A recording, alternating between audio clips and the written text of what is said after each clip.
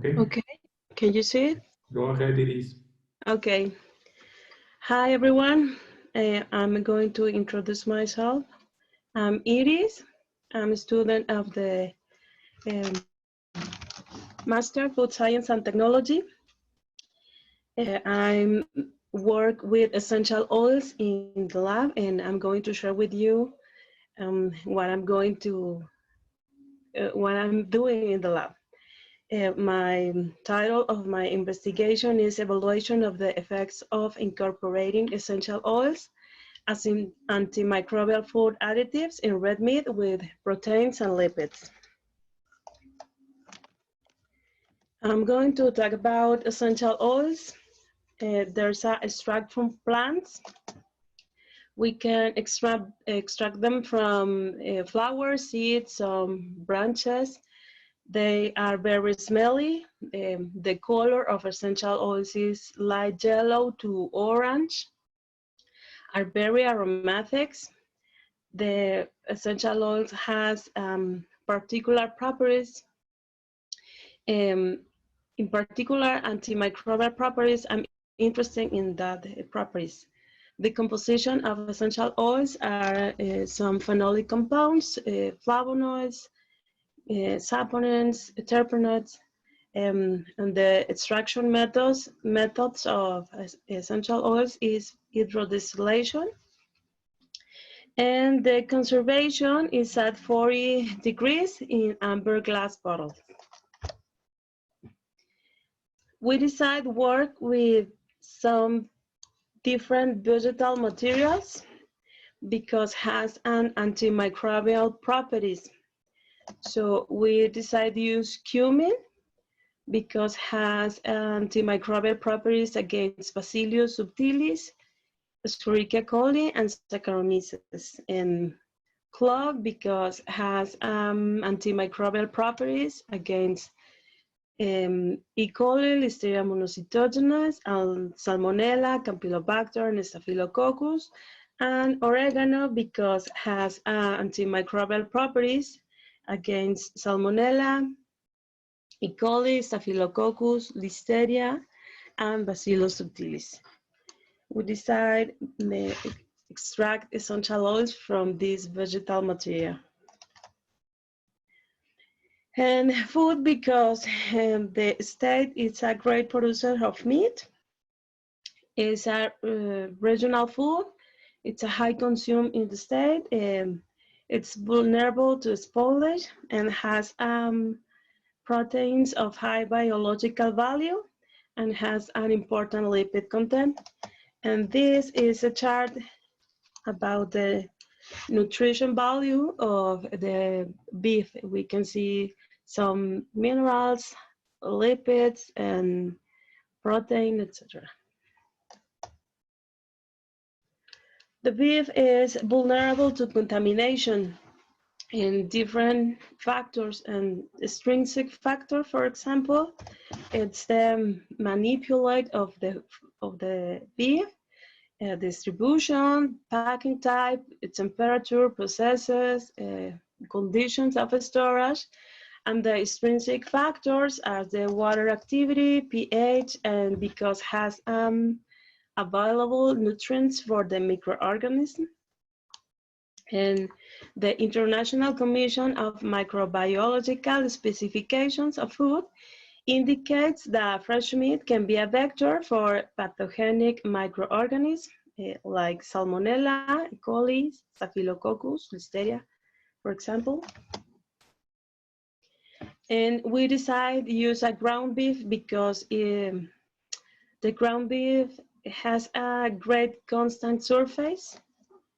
Like I said, some micronutrients can be used by microorganisms as energy for their metabolism and reproduction, and because it produces unwanted change of color and texture and taste and in meat.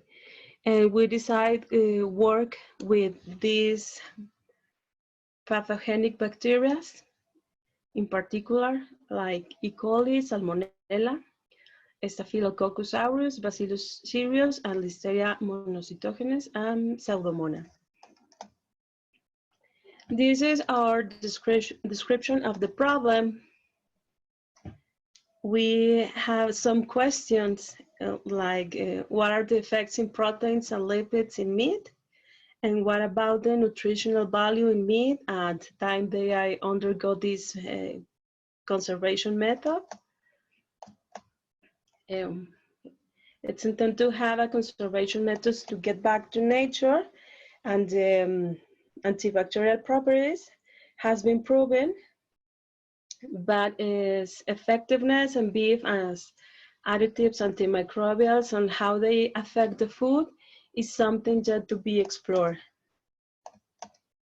And this is our objectives. I'm sorry about my pronunciation. I don't speak English very well. So if you don't understand me, you can say me. This is our objectives. For the first is extract the essential oils for cumin, clove, and oregano as antimicrobial additives for application in beef and determine its nutritional quality. One has been preserved with these essential oils. And the particulars are extraction of essential oils of the select plants by hydrodistillation method, demonstrate the antimicrobial efficacy of essential oils added in beef in different bacteria, evaluate the nutritional quality of meat has been preserved with these essential oils, like I said, cumin, clove, and oregano, and evaluate the preference sensory analysis in beef that has been preserved with these essential oils. And this is our hypothesis. The red meat will be preserved with essential oils of cumin. Clove and oregano has antimicrobial additives and will maintain its nutritional quality without modifying its biological value and lipid content. This is one of the methodology we follow. This is for the extraction of the essential oils. We use a hydrodistiller. That heats the plant and this separates the oil from the plant and falls into a fluorescent glass, and we collect the essential oils. And this is our results. This methodology, the same condition for the different plants we use, the same quantity of plant, the same quantity of water, in the extraction time. The difference, it's the oil we obtain. We can see the difference right here and the number of extraction. The clove essential oil, it has more oil the plant. We have less extraction, number of extraction. So the characterization of essential oils, we use a chromatographer, a gas chromatographer attached to a mass spectrometer. And this is the conditions. And this is the results of the characterization. For example, the oregano essential oil, this is the compounds and the time of retention. And we can see the majority peak in the 1013. We can see it's carboxyl. And this is for cumin essential oils. This is the compounds, and we can see the majority peak in the time of rotation 921. And we can see a scumaldehyde. And for the clove essential oils, we can see the majority peak at 1113.8. We can see is eugenol. And this is the majority major compounds of the essential oils: carboxyl, cumaldehyde, and eugenol. And the microbiological analysis to determine the minimum inhibitory concentration and minimum bactericidal concentration. This is the step we follow. We prepare an oil solution with the different essential oils, and we made bacterial solution. We use a microplate in triplicate. This is the general condition. I don't want to stop too much here because we don't have too much time for that. And this is the results of the minimum inhibitory concentration and minimal bactericidal concentration for this 6 bacterial strain. We can see in this chart, the Bacillus cereus. It's sensitive bacteria to essential oils. We can see the lower concentration in oregano essential oil and clove essential oil, but for cumin essential oils, we didn't see, or the essential oil didn't demonstrate antimicrobiological activity. Only in Bacillus cereus at 1,000 per milliliters of solution, we can see the MIC, or the minimum inhibitory concentration, and we decide to prove this antimicrobiological activity with the molecules. We only work with carbacrol and eugenol because we didn't see antimicrobial activity on this essential oil. And this is the results of the minimum inhibitory concentration and minimum bactericidal concentration of the molecules in carbacrol and eugenol in the same bacteria, in the same conditions, in the same methodology, and we can see results in the lower minimum inhibitory concentration with Bacillus cereus, and for eugenol and staphylococcus, it didn't inhibit or didn't demonstrate antibacterial activity. And we can see the difference between essential oils and molecules in this chart. And we can see better results in carbacrol, for example, for Pseudomonas, and better results for carbacrol than the essential oil of oregano essential oil in Listeria. And we can see better results in eugenol and E. coli, and better result on eugenol than the clove essential oils and Salmonella.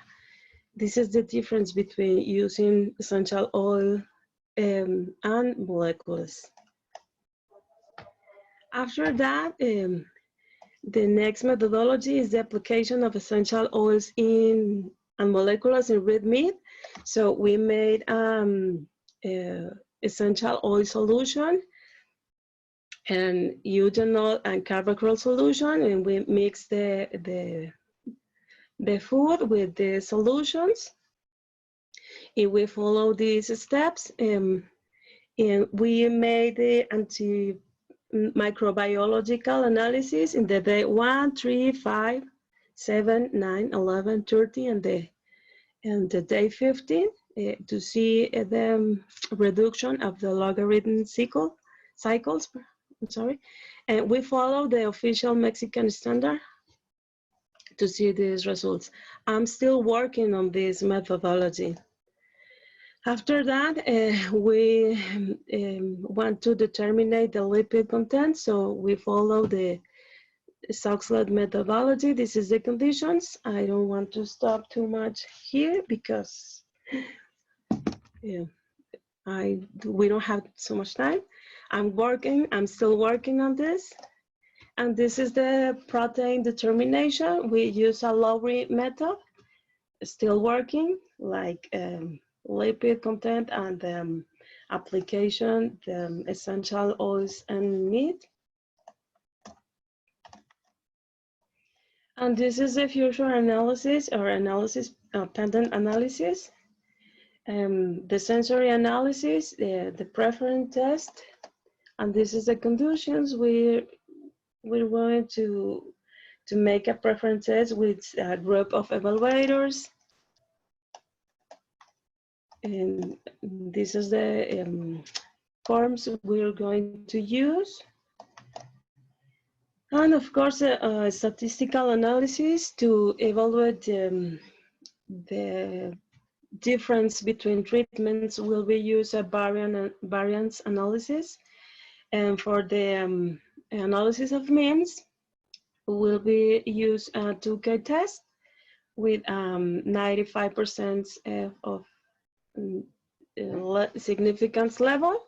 We're going to use a Minitab version software. And I would like to show more results, but I'm still working on this. I think in a couple weeks, maybe, or 3 weeks, I'll be all the complete results for that. And that's all for me. I don't know if you have a question or something.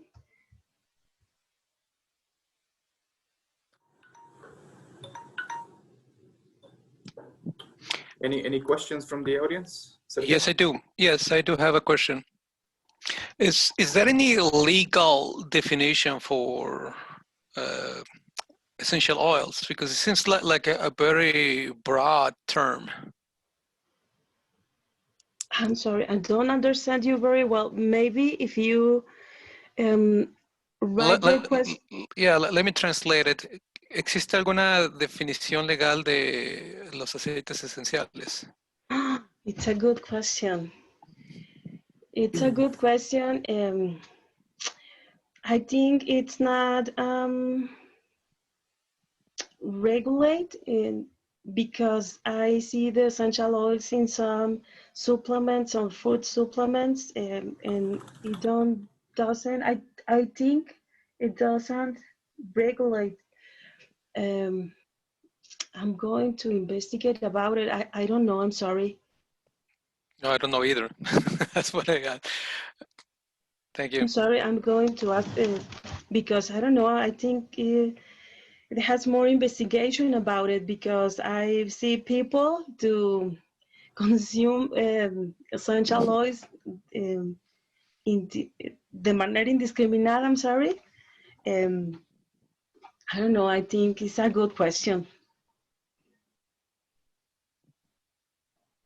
Yeah, I have here a comment in the chat by Virginia Nevares. It's related to the extraction process. See, I think she's here. Are you here, doctor? She said yes. Anyway, well, I want to add another comment. Please, guys, feel free to ask questions in any language you can. I'm sure we can find any a translator, even if it's in English, or Spanish, or any other language. I'm sure we can figure it out. This is about, as I said at the beginning, it's about conversation. Yeah. Thank you. I don't speak English very well. I'm sorry, and I'm sorry about my pronunciation. It's not. You did great, Iris. I think we were able to understand everything. So nice job. Thank you. Iris, don't worry about it. I think we all have our accent. Thank you. Yeah. Understand that is correct. So I think you did awesome. Thank you. Thank you. Great information. Okay, I'm still fascinated about this one. Thank you. Thank you, Nancy. I have a comment. Go ahead. It's been interesting. I get back to the classroom after 20 years. Has been interesting for me, and all my teachers and my partners helping me in the lab with the equipment or experiments. I want to say thank you for all, for his help. And great. Question about your sensory analysis. Yep. Okay, so once you get to sensory analysis and you have a panel ready to test, you will have to cook that meat with the essential oils, correct?